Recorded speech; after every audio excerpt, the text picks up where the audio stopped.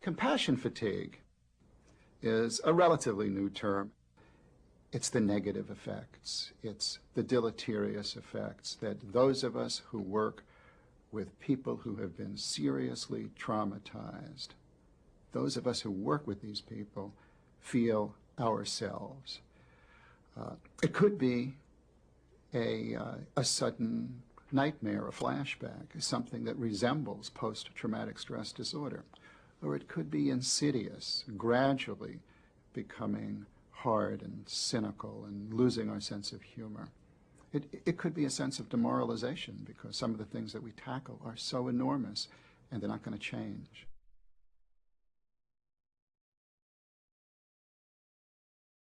Compassion fatigue really emerged in around 1995, and in the 10 years plus since compassion fatigue has become born, in effect, tremendous things have happened.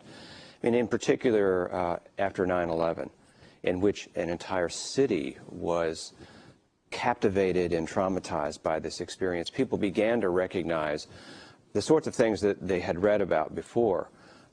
First of all, the first responders were becoming overcome by the difficulties of working with survivors. I just celebrate the fact that we are so different and we're all over the world. We are firefighters who perhaps haven't had a psychology course. We're psychologists who may have never had the opportunity to physically rescue somebody and save a life. We're journalists who cover battles and crime and victims and disasters all over the world, and who think we have thick skins but suffer.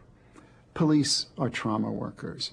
Nurses in hospitals are trauma workers. Morgue attendants are trauma workers. And even those people behind the scenes, the administrators, the secretaries, the receptionists, who are willing to work in some of the most demanding, difficult jobs. And they are subject to the abuse of people who are angry and frustrated.